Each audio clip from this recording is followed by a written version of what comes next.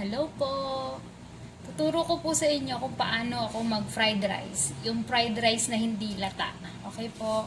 Una po, i-set up ko po yung kawan dito.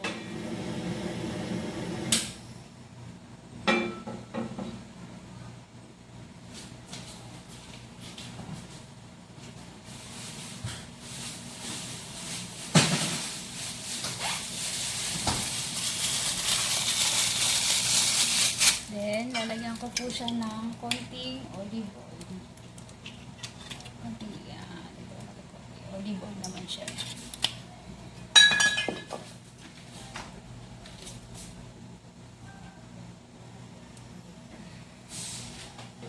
Gamitin natin.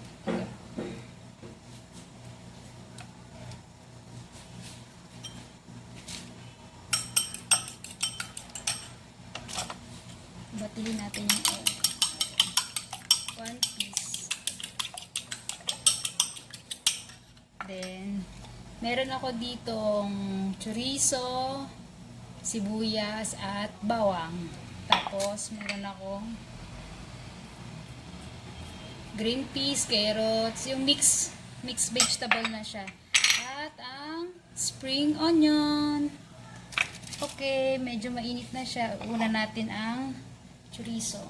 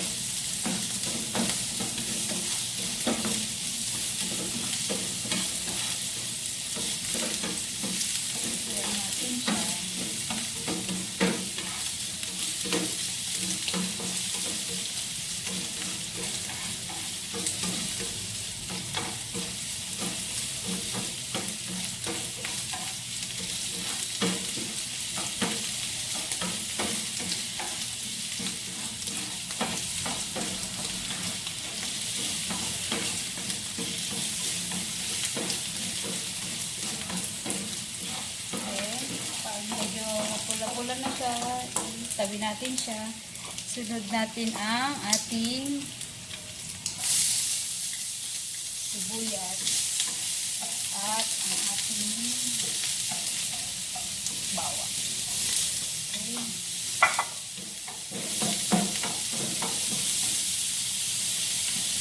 Sarap kasi yung bawang medyo pula-pula. Para yung amoy niya.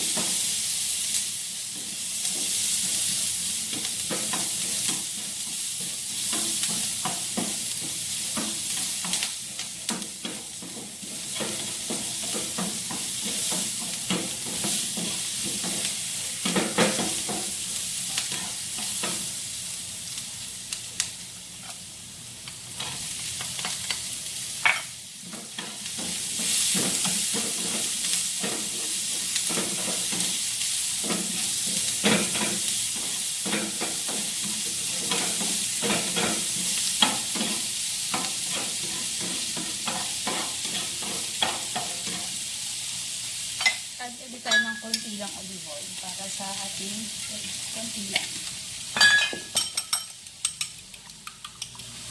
Then,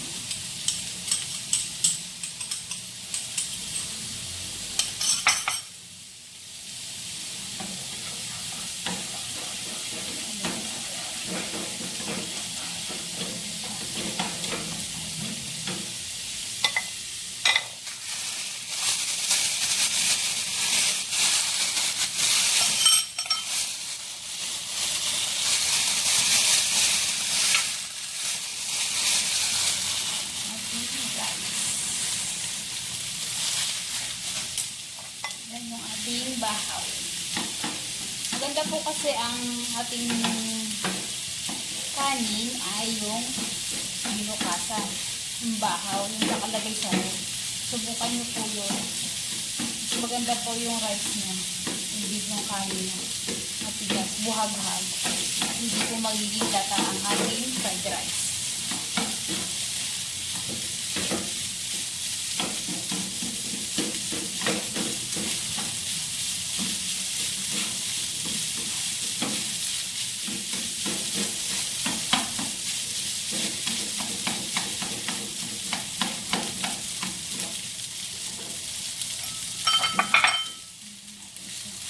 Kasi maganda talaga yung kanin na karapat.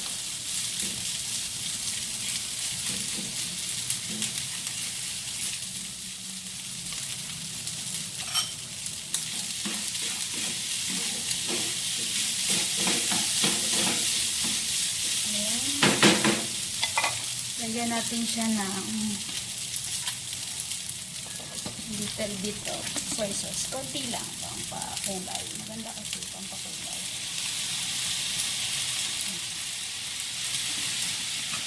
And ang aking sikreto, konti, siguro 1 tablespoon. Oops. Oh, natapon.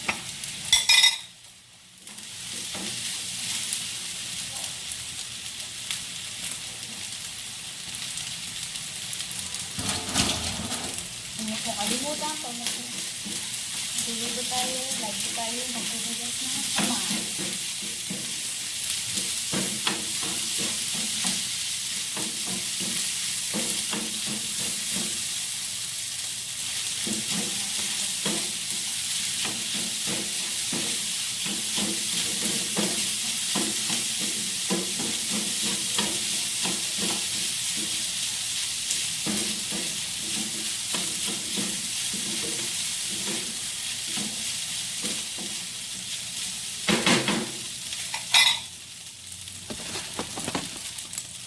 Kunting paminta.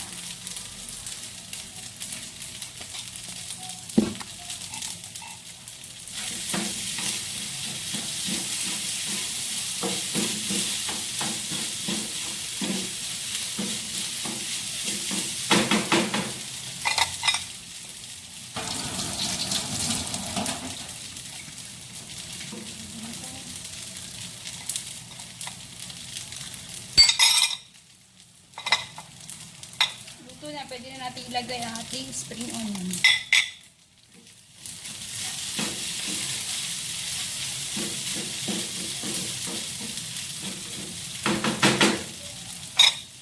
Patay na natin. Ito na po ang finished product ng aking fried rice. Hindi po siya malata. Bogog po siya.